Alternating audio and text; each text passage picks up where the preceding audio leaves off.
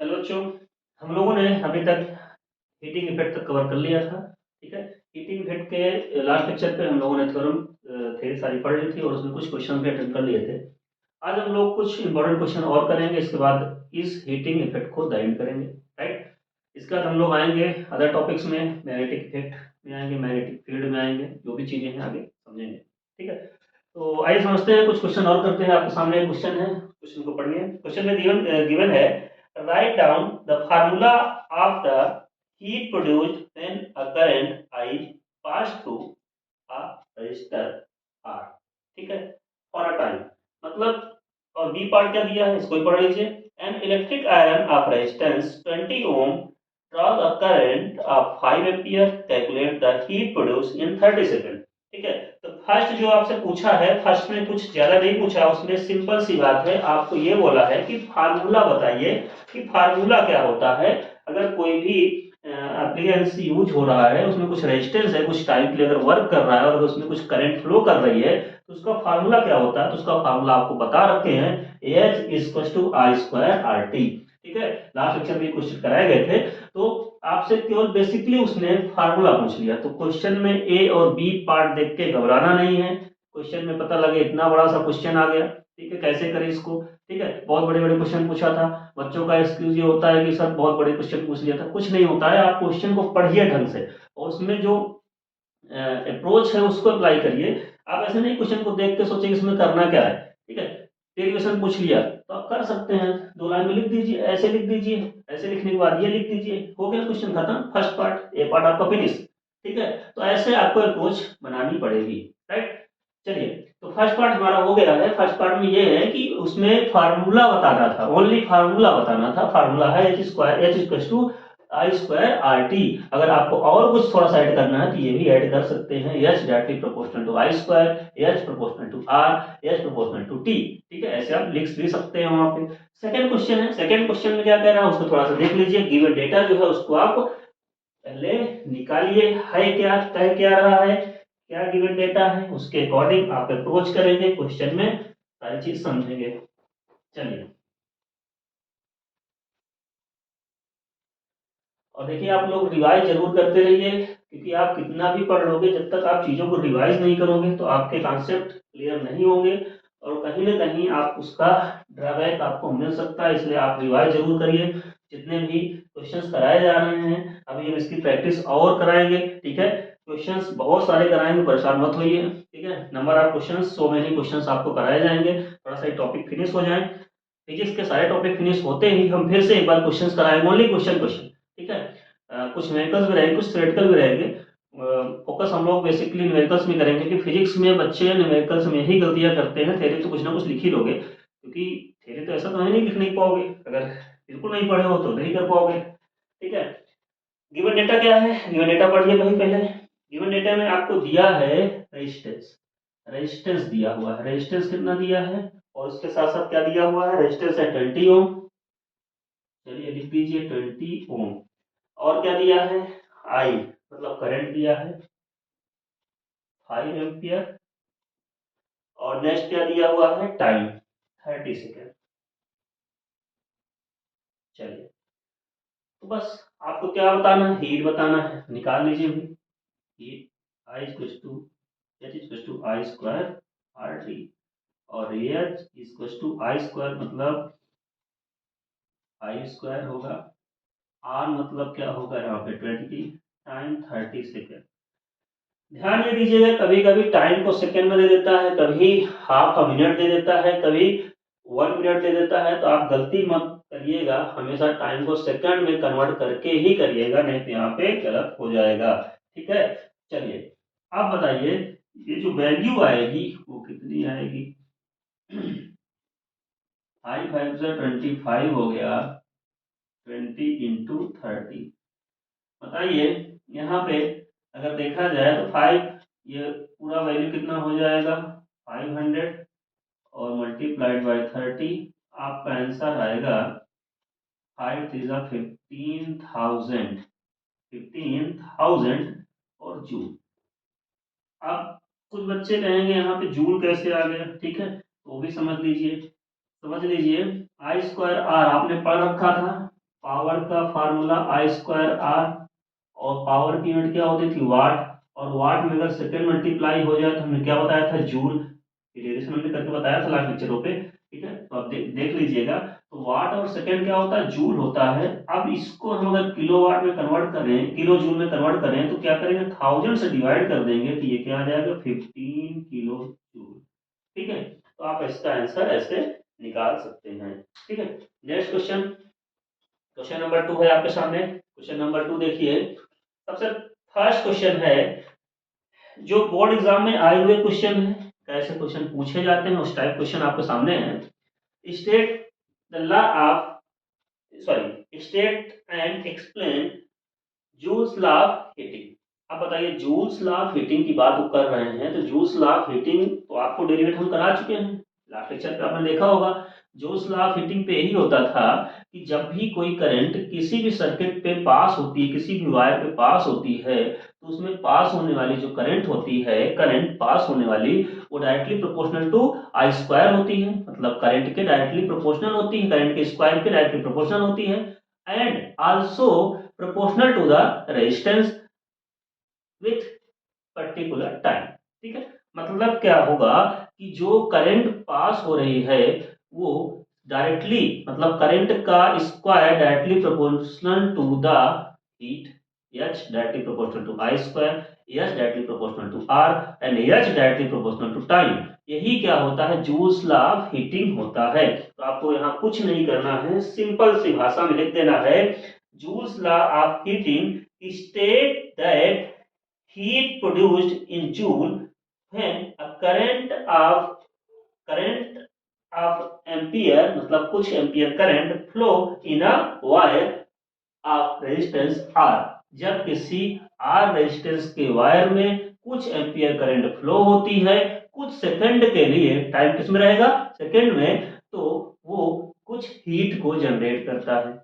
और कैसे डिपेंड कैसे करता है, H proportional to I square, H proportional to I square, H proportional to R and H proportional to T। तो आप लिख सकते हो करंट इलेक्ट्रिसिटी या heat directly proportional to square of the current, heat directly proportional to the resistance, and heat directly proportional to the time, ठीक है। इतना आपका फर्स्ट क्वेश्चन है, जूल्स लॉ ऑफ हीटिंग का क्वेश्चन है। अच्छा, सेकंड बी पार्ट क्वेश्चन पढ़िए। B part में क्या गिवन है, resistance of 40 ohm and one of 60 ohm are arranged in series across 220 volt supply. Find the heat in joule produced by the combination of the resistance in a half a minute। अच्छा question है। इस question पे ये बोला गया है कि दो रेजिस्टेंसेस हैं जो सीरीज में लगे हुए हैं। आप देखिए यहाँ पे थोड़ा सा ट्विस्ट ये किया है कि आपको सीरीज भी आपकी चेक कर रहा है कि आपको क्या सीरीज और पैरेलल का क्वेश्चन करना आता है कि नहीं आता, ठीक है। तो यहाँ पे आपको सीरीज एंड पैरेलल के क्वेश्चन को भी थोड़ा सा उसने एनालाइज कर दिया है, चेक करना चाह रहा है। तो आपको समझना पड़ेगा कि दो रेजिस्टेंस उसने दे दिया क्वेश्चन पे। तो क्वेश्चन पे जो गिवन डेटा है पहले उसको आप थोड़ा सा समझ लीजिए, एक बार क्वेश्चन रिपीट कर लीजिए, ठीक है। और जब भी जिस क्वेश्चन में आपको लगे थोड़ा सा प्रॉब्लम हो रही है तो क्वेश्चन एक दो बार जरूर रिपीट किया करिए, थोड़ा फास्ट रिपीट किया करिए, तो आपको आराम से समझ में आ जाएगा। जल्दबाजी में क्वेश्चन ऐसे मत स्टार्ट कर दीजिए कि टाइम कम है स्टार्ट करो, पता लगे स्टार्ट तो कर दिया आपने, टाइम भी वेस्ट कर दिया और क्वेश्चन गलत पढ़ लिया और मार्क्स आपके कट जाएंगे, ठीक है। क्वेश्चन को सही से पढ़ना है, भले थोड़ा टाइम लग जाए, क्योंकि अगर आप गलत क्वेश्चन में अटेम्प्ट करने लग गए अप्रोच में, अब क्वेश्चन तो गलत होना ही होना है, टाइम तो वैसे ही बर्बाद हो रहा है, ठीक है। तो क्वेश्चन सही से पढ़िए, थोड़ा सा टाइम देखिए, टाइम दे के क्वेश्चन को पढ़िए, ठीक। आपको ये अप्रोच अगर सही लग गई ना तो क्वेश्चन अपने आप तुरंत हो जाता है। गलत क्वेश्चन करोगे टाइम भी बर्बाद होगा और आंसर भी गलत आएगा, सिंपल सी बात है। चलिए, गिवन डेटा क्या है, गिवन डेटा हमारे पास है यहाँ पे R1 is equal to 40 ohm, R1 is equal to 40 ohm, sorry 40 ohm, ये 40 ओम हो गया। R2 कितना है, R2 उन्होंने दे रखा है कितना है क्वेश्चन पे, थोड़ा ध्यान दीजिए, 60 ओम का। दो रेजिस्टेंस है उनके पास, क्या है दो रेजिस्टेंस है। अब उन्होंने क्या किया, इन दोनों रेजिस्टेंस को कंबाइन कर दिया, कितने वोल्टेज के साथ, V is equal to 220 volt के साथ। क्वेश्चन पढ़ते जाइए, डेटा निकालते जाइए। Find the heat in joule produced by the combination of the resistance half of the minute. Half of the minute मतलब टाइम कितना दिया है, 30 सेकंड। हाफ मिनट का मतलब क्या होता है, 30 सेकंड। एक मिनट में कितने सेकंड, 60 सेकंड, तो हाफ मिनट में 30 सेकंड, राइट। चलिए, आपसे पूछा क्या है, एच पूछा है। अब बताओ भाई, एच पूछा है तो एच के लिए हमें क्या क्या चाहिए होगा। एच के लिए तो पहली बात हमको आई चाहिए होगा, आर चाहिए होगा, टी चाहिए होगा, जिसमें से हमने आर अभी हमारे पास क्लियर नहीं है कि इसको रखें कि इसको, तो उसको निकालना पड़ेगा। टाइम तो क्लियर है 30 सेकंड, आई भी निकालना पड़ेगा। तो बेसिक चीज हमें आई और आर फाइंड करना है। बताइए, अगर दो रेजिस्टेंस को हमने ऐसे क्वेश्चन के अकॉर्डिंग सीरीज में ज्वाइन कर दिया और कितने वोल्टेज से, 220 के वोल्टेज से ज्वाइन कर दिया, R1 एंड R2 दोनों को ज्वाइन कर दिया, तो बताइए टोटल रेजिस्टेंस कितना होगा और total current of the circuit कितना होगा। क्या आप निकाल सकते हो, पुराना क्वेश्चन है। यहाँ पे क्या होगा, टोटल रेजिस्टेंस अगर देखा जाए according to combination of resistance, these resistances are connected in series, तो यहाँ पे लिखेंगे R1 and R2 are in series, R1 and R2 are in series, ठीक है। तो बताइए फार्मूला क्या होता है इक्विवेलेंट रेजिस्टेंस का, R equals to R1 plus R2। R equals to, यहाँ पे रखेंगे R1 की वैल्यू 40 थी तो 40 रख देंगे, प्लस 60 है 60 रख देंगे, टोटल R आ जाएगा 100 ओम। अब जब टोटल R आपने निकाल ही लिया है तो करंट कैसे निकलेगा, करंट I इक्वल्स टू, आप देखिए एग्जाम में यहाँ पे लिख देना थोड़ा सा अकॉर्डिंग टू ओम्स लॉ। कौन सा लॉ, ओम्स लॉ। और थोड़ा सा ये सब लिखने के मार्क्स मिलते हैं, अगर आपने ऐसा लिख दिया अकॉर्डिंग टू ओम्स लॉ, आपने लिख दिया V equals to I R, तो I equals to V by R. I equals to V की वैल्यू 220 वोल्ट है और R की वैल्यू 100 है, डिवाइड कर देंगे, I आएगा 2.2 एम्पियर। तो आपके पास करंट भी मिल गई, रेजिस्टेंस भी मिल गया और टाइम तो गिवन ही है, तो हीट क्या निकल आएगी, बिल्कुल निकल आएगी। हीट निकाल लीजिए, H equal to I square R T. H equal to I कितना है 2.2 स्क्वायर, आर कितना है 100, टाइम कितना है 30 सेकेंड।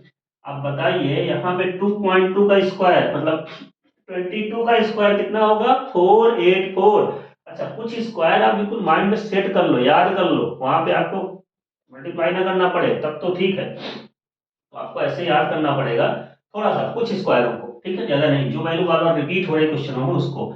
यहाँ पे 484 आप लिख सकते हो, लेकिन पॉइंट लगा है तो 2 पॉइंट यहाँ लग जाए, क्योंकि एक पॉइंट यहाँ है तो स्क्वायर होगा तो 2 पॉइंट आ जाएंगे, है ना। इतना तो मैथमेटिक्स आती होगी। अब 100 लगा दो और यहाँ पे 30 लगा दो। एच इज इक्वल टू, यहाँ पे आ जाएगा 484 इंटू 30, बस मल्टीप्लीकेशन कर लीजिए। आप मल्टीप्लाई करते ही आपका आंसर जूल में फाइंड आउट हो जाएगा, ठीक है, करके बताइए। आई होप 14520, 14520 जूल आपका आंसर आ जाएगा। अगर किलो जूल में लिखना होगा तो 14.52 जूल आपका आंसर फाइंड हो जाएगा, ठीक है। क्वेश्चन में ज्यादा टफ कुछ नहीं रहता है, बस आप लोग देख के डर जाते हो, बस सिंपल सी बात है, समझ में आई बात, ठीक है। बोल रहे हो सर कैसे करें, डर जाते हो।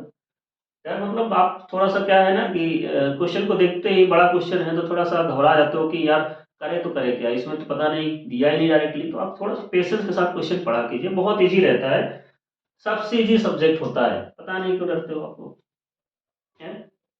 चलिए,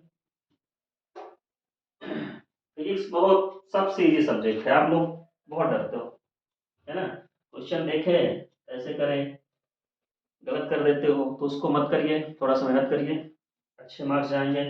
आप लोग थोड़ा सा प्रैक्टिस करिए, प्रैक्टिस के अकॉर्डिंग ही आप कुछ मार्क्स गेन कर पाएंगे, प्रैक्टिस नहीं करेंगे तो थोड़ा प्रॉब्लम तो आएगी, है ना। चलिए नेक्स्ट क्वेश्चन है हमारा। नेक्स्ट क्वेश्चन देखिए बोर्ड पे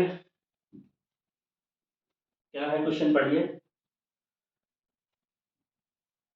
When a current of 4 ampere passes through a certain resistor of for 10 minutes and 2.88 into 10 to the power 4 joule of heat is produced।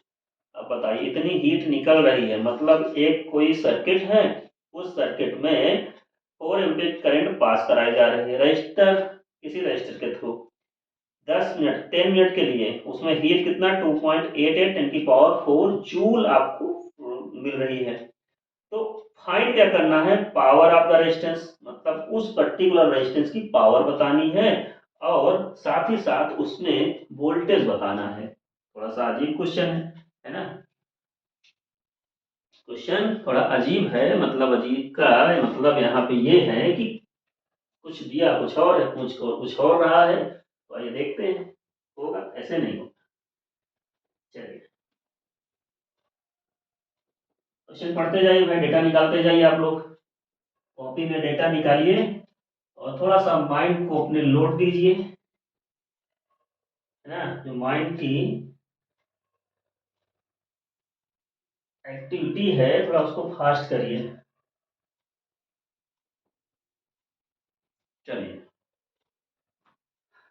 Mind को लोड दिया, गिवन डेटा निकल आया। Given data क्या है, सबसे पहले तो गिवन डेटा में आपको करंट दिया गया है, आई इक्वल टू 4 एम्पियर करंट दे दिया। चलिए 4 एम्पियर करंट दे दिया उन्होंने, 4 एम्पियर करंट के बाद उन्होंने और कुछ नहीं बताया, अभी टाइम दे दिया, टाइम दिया है 10 मिनट, 10 मिनट का टाइम दिया गया है, तो इसको हम सेकेंड में कन्वर्ट कर सकते हैं। चलिए जरूरत पड़े कर लिया जाएगा, तो 10 × 60 लिख देंगे, 600 सेकेंड, 1 मिनट में 60 सेकेंड, तो 10 मिनट में 600 सेकेंड आ जाएगा। हीट कितना दे रहे हैं भाई, हीट दे रहे हैं 2.88 into 10 to the power 4 joule, ठीक है, इतना हीट दे रहे हैं।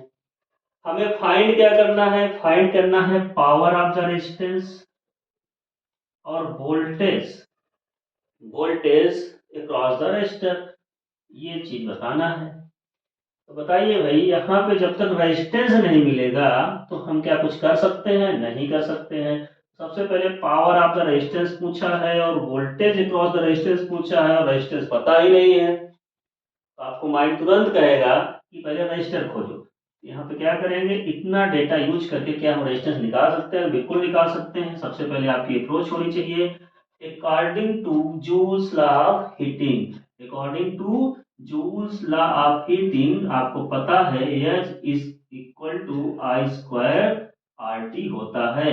आपको H भी गिवन है 2.88 into 10 to the power 4 given है, आई की वैल्यू गिवन है तो 4 का स्क्वायर कर देंगे, आर नहीं पता है, टाइम आपको मालूम चल गया, बस आपका अप्रोच लग चुका है, सही जा रहा है।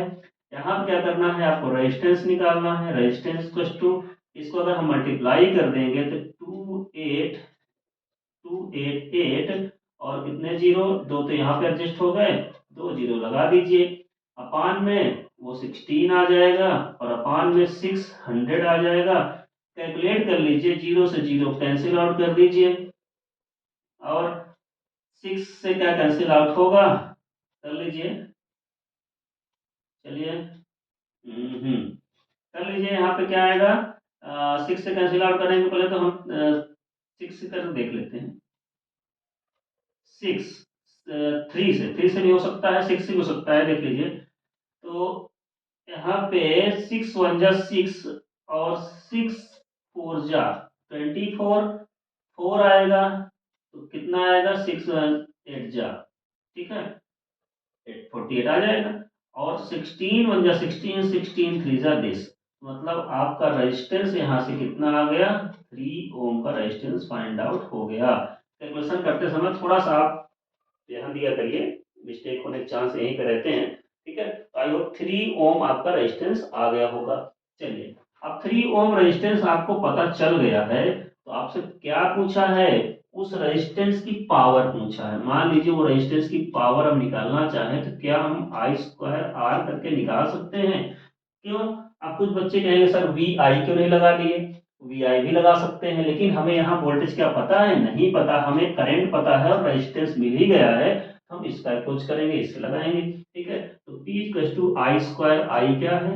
4 का स्क्वायर, और आर कितना है? 3 आया है। पावर आ जाएगी 4 4 जा 16 इंटू 3। पावर आपके पास आ चुकी है 48।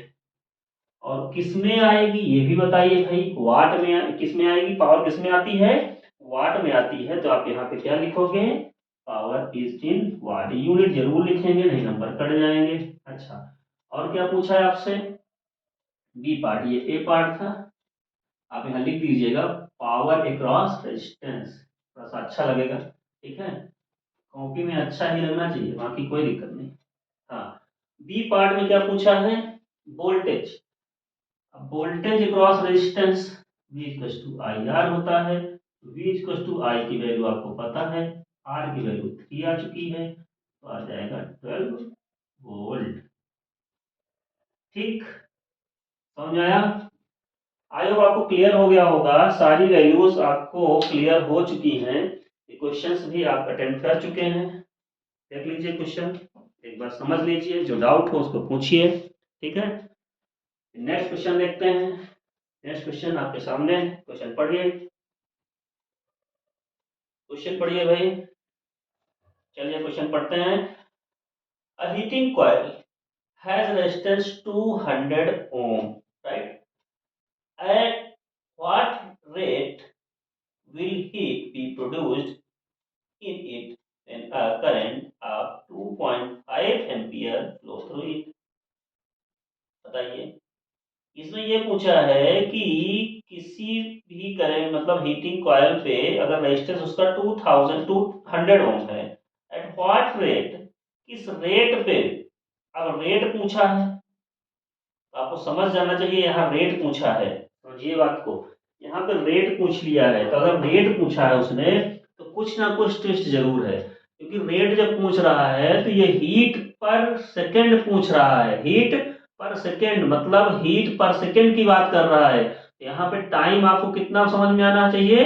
1 सेकंड की बात कर रहा है वो, क्योंकि क्वेश्चन पे ट्विस्ट कर दिया है, पर एक रेट का टर्म दे दिया। और रेट का मतलब क्या होता है? किसी भी हीटिंग का, यहाँ हीट पूछ रहा है तो हीट पर सेकंड पूछ रहा है। ठीक है, रेट का मतलब यही होगा यहाँ पे, हीट पर सेकंड। तो पर सेकंड का मतलब यहाँ पे 1 सेकंड पे आने वाली हीट का टाइम वो बताना है। तो टाइम कितना यूज कर लेंगे? 1 सेकंड। टाइम दिया नहीं है आपको, टाइम को 1 सेकंड यूज कर लेना है, आपका आंसर आ जाएगा। तो आइए देखते हैं, ये डेटा पहले नोट करते हैं, फिर क्वेश्चन को सॉल्व करते हैं।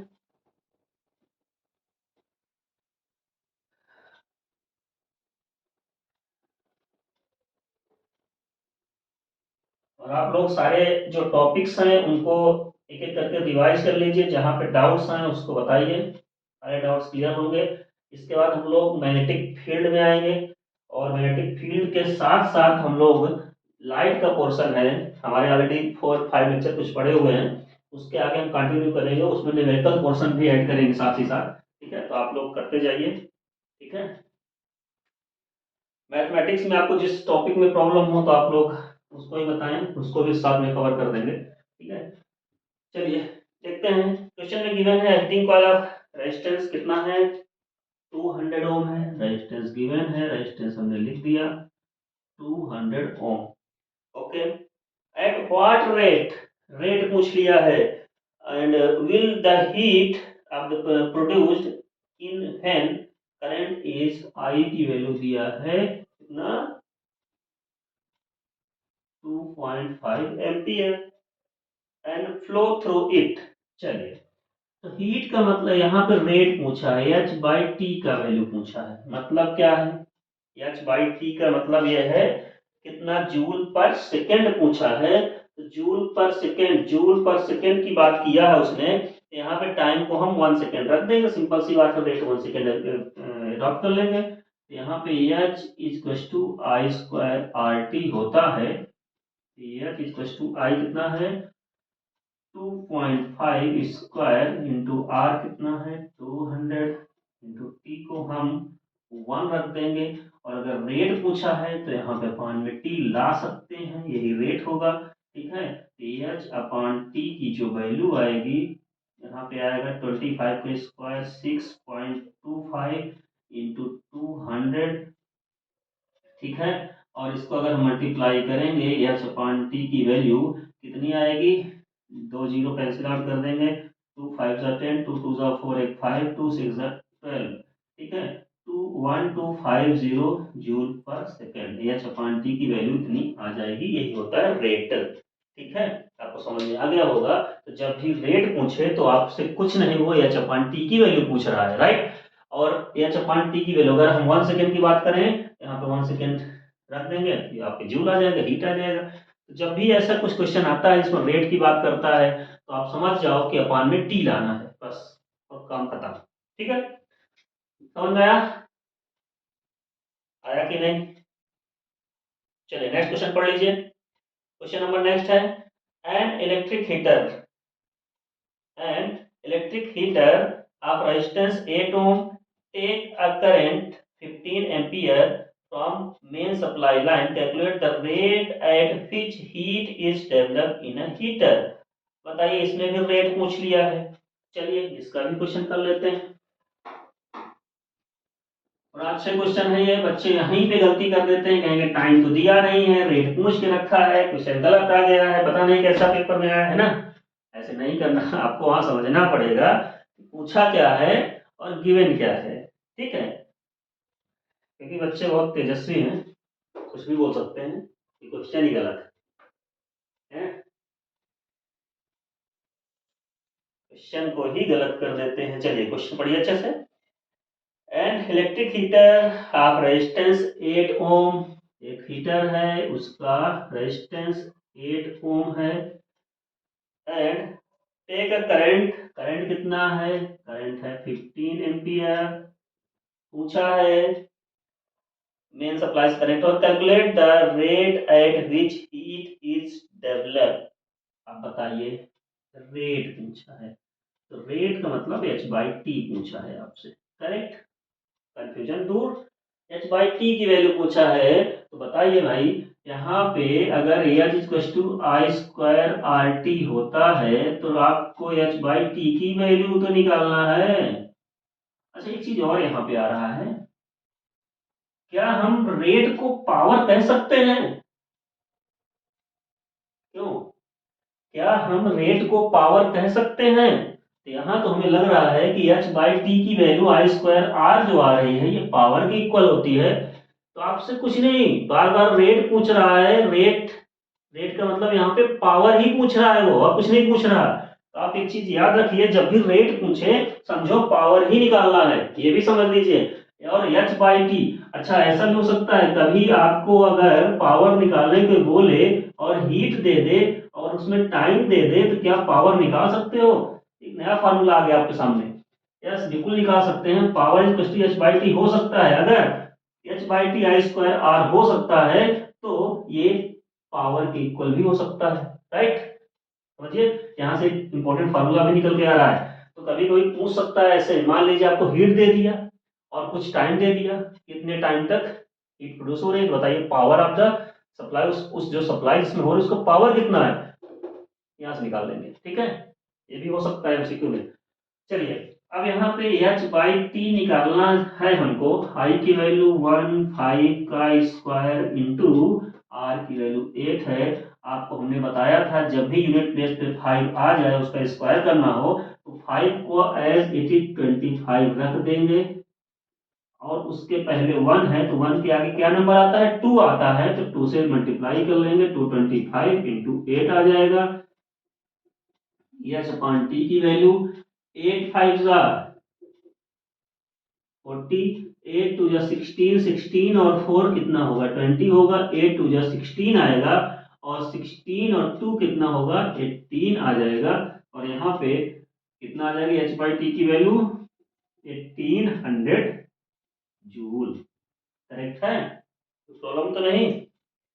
लेकिन एच बाई टी की वैल्यू निकाला है तो जूल पर सेकेंड, जूल पर सेकेंड। और जूल पर सेकेंड ही क्या होता है यहाँ पे, जूल पर सेकेंड ही होता है पावर। अगर हम यहाँ से ध्यान से देखें, क्योंकि जूल पर सेकेंड होता है क्या, जूल क्या होता है, ध्यान दीजिए, जूल क्या होता है, वाट इंटू सेकेंड। और हम जूल अपॉन सेकेंड कर रहे हैं तो आ रहा है वाट, और वाट किसकी यूनिट है, पावर की। तो हम बिल्कुल कह सकते हैं ये पावर ही निकलवा रहा है बार बार हमसे। जब भी रेट पूछे समझो पावर को निकालना है। राइट, कंफ्यूजन दूर हो गया होगा। चलिए लास्ट क्वेश्चन करेंगे इस टॉपिक का, इसके बाद ये द एंड हो जाएगा। और जो भी प्रॉब्लम आएंगी उनको आप बताते जाइएगा, हम आपको बताते जाएंगे। ठीक है, चलिए नेक्स्ट देखते हैं। Resistance of 25 ohm is connected to 12 volt battery. Calculate the heat energy in joule generated per minute. चलिए अब इसमें कुछ अलग दे दिया भाई, इसको भी समझ लेते हैं, इसको भी कर लेते हैं, इसके बाद इसका काम खत्म। हम लोग आते हैं दूसरे टॉपिक पे। चलिए यहाँ पे क्या दिया है, रेजिस्टेंस दिया हुआ है, रेजिस्टेंस नोट कर लीजिए। रेजिस्टेंस कितना है, 25 ओम। और क्या दिया है, बैटरी वोल्टेज दिया है, 12 वोल्टेज दिया है। Calculate the heat energy, H पूछा है, एच पूछा है, इन पर मिनट, टाइम पूछा है 1 मिनट, मतलब 60 सेकेंड। अब बताओ, आपको साफ साफ दिख रहा है, साफ साफ दिख रहा है कि सबसे पहले आपको ये बताइए यहाँ पे किसकी जरूरत है हीट निकालने के लिए, टाइम की, टाइम के साथ साथ आर की। और वोल्टेज का तो कोई काम ही नहीं है, वोल्टेज फर्जी दे दिया है ना। तो इसमें कुछ चीजें हैं आप समझ सकते हैं। सपोज दैट आपको हीट निकालना है और फार्मूला है आई स्क्वायर आर टी, समझिए। या तो आप पहले आई निकाल लीजिए वी बाई आर करके, ठीक है, या क्या करिए आई की वैल्यू ही पुट कर दीजिए वी बाई आर स्क्वायर, उससे भी हो जाएगा। तो सिंपल सी बात है, आप जैसा अप्रोच करना चाहो या तो ये कर लो। यहाँ पे क्या हो जाएगा, V square by R square into R T, हो जाएगा। एक आर से एक आर कैंसिल आउट हो जाएगा, तो एच इक्वल टू आ जाएगा वी स्क्वायर टी, आया समझ में, और अपान में आर। ठीक, फार्मूला को ही हमने बना लिया, नया फार्मूला एक हमारे पास आ गया। A H equal to V की वैल्यू कितना है, 12 का स्क्वायर, अपॉन आर कितना है 25, और टी कितना है 60 second. A H equal to 144 into 60 upon 25, 5 से डिवाइड करेंगे, 5 5 से 25, और 12 टाइम ये हो जाएगा। ठीक है, ए एच इक्वल टू, यहाँ पे अगर हम 5 से डिवाइड करते हैं तो ये 5 2 ज़ा 10 और 5 4 ज़ा 20, 2.4 आ चुका है। 2.4 का इसमें मल्टीप्लाई कर दो, आपका आंसर आ जाएगा। 2.4 का अगर हम मल्टीप्लाई करेंगे तो क्या आंसर आ जाएगा, चेक कर लीजिए। ठीक है, 345.6 आ रहा है, 345.6 जूल, 345.6 जूल। ठीक है, एक बार चेक कर लेते हैं करेक्ट आ रहा है नहीं आ रहा है, चेक कर लेते हैं। 144 मल्टीप्लाइड बाय 2.4, हाँ राइट करेक्ट। ठीक है, या तो ये अप्रोच कर लीजिए, इसको आप नोट कर लीजिए, नहीं तो दूसरी अप्रोच लगाते हैं। दूसरी अप्रोच में क्या है, इसको नोट कर लिया होगा आई होप। दूसरी अप्रोच में इसी के आगे कर देते हैं,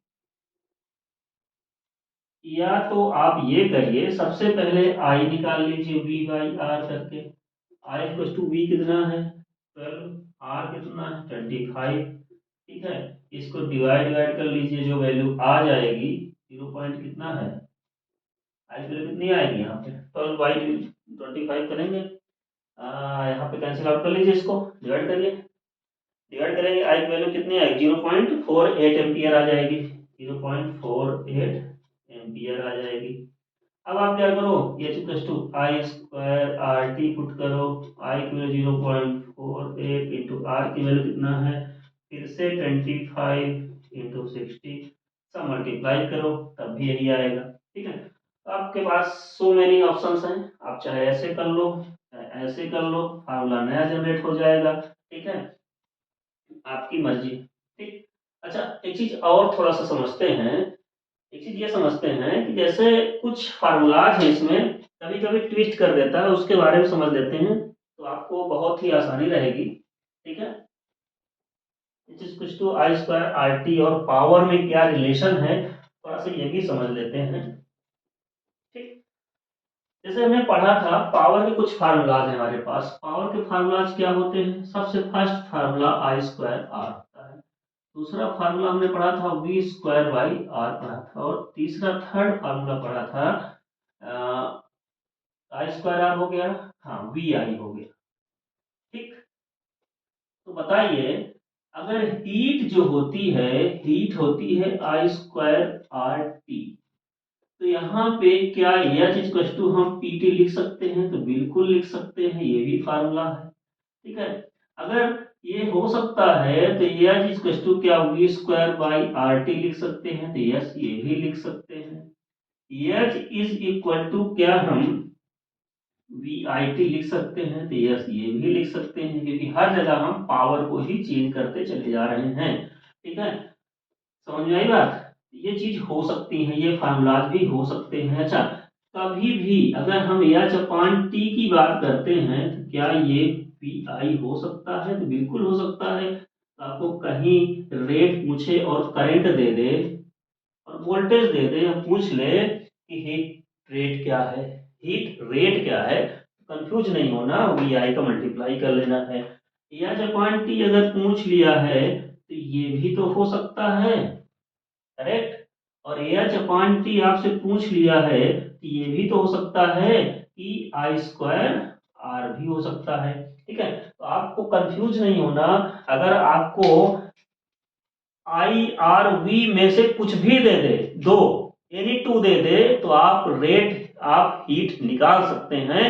क्यों, क्योंकि वी आई दिया है तब भी निकल आएगा, वी स्क्वायर दिया, वी दिया है, आर दिया तब भी निकल आएगा, और आई और आर दिया है, तो रेट आप हीट निकाला जा सकता है without any time, time given हो या ना हो। राइट, तो आप ये फार्मूला नोट कर लीजिए, मोस्ट इंपॉर्टेंट है, कभी कभी आपके काम आ सकते हैं, एमसीक्यू वगैरह भी काम आ सकते हैं कभी कभी। ऐसे दे देता है कि ये फार्मूला लिख के और पूछ लेता है कि एमसीक्यू में which one is power, which one denote power, कौन पावर को डिनोट करता है, या चपांटी दे दिया या समथिंग और दे दिया, या all of the all of this they दिया, तो जल्दबाजी में बच्चे क्या करते हैं, होता क्या है कि कभी कभी दो तीन ऑप्शन दे दिया, सपोज दैट ये दे दिया वी आई दे दिया, ठीक है, आई स्क्वायर आर दे दिया, और या जापान टी दे दिया, और लास्ट में ऑप्शन में बोल दिया कि ए एंड बी, तो आप बहुत जल्दबाजी में आंसर देते हो कि वी आई हमने पढ़ा है, आई स्क्वायर आर पढ़ा है, या जापान टी में ध्यान ही नहीं देते हो कि ये भी हो सकता है पावर के इक्वल, तो आप क्या करते हो, डायरेक्ट ए एंड बी कर देते हो, जबकि क्या है यहाँ पे आर ऑफ दीज है, मतलब ए और बी जो भी ऑप्शन, सपोज दैट हम एक बता रहे हैं आपको कि यहाँ पे ऑप्शन आपको देने के बाद ऑल ऑफ दीज का ऑप्शन भी रहता है, तो थोड़ा जिसमें ऑल ऑफ दीज हो तो थोड़ा सा दिमाग लगाया करिए कि हाँ कहीं और भी तो नहीं हो सकते हैं, तो उसमें चेक कर लिया करिए। ठीक है, ऐसे मिस्टेक होते रहते हैं। ठीक, चलिए, तो हम लोग मिलते हैं नेक्स्ट लेक्चर पे, और नेक्स्ट लेक्चर हमारा रहेगा मैग्नेटिक फील्ड, जिसमें हम मैग्नेट के बारे में पढ़ेंगे, नेक्स्ट चैप्टर जो है हमारा, और उसके साथ साथ हम लोग उसमें लाइट का जो रिफ्लेक्शन का पोर्शन है उसमें आगे कंटिन्यू करेंगे। तो मिलते हैं नेक्स्ट वीडियो पे। Okay, thank you.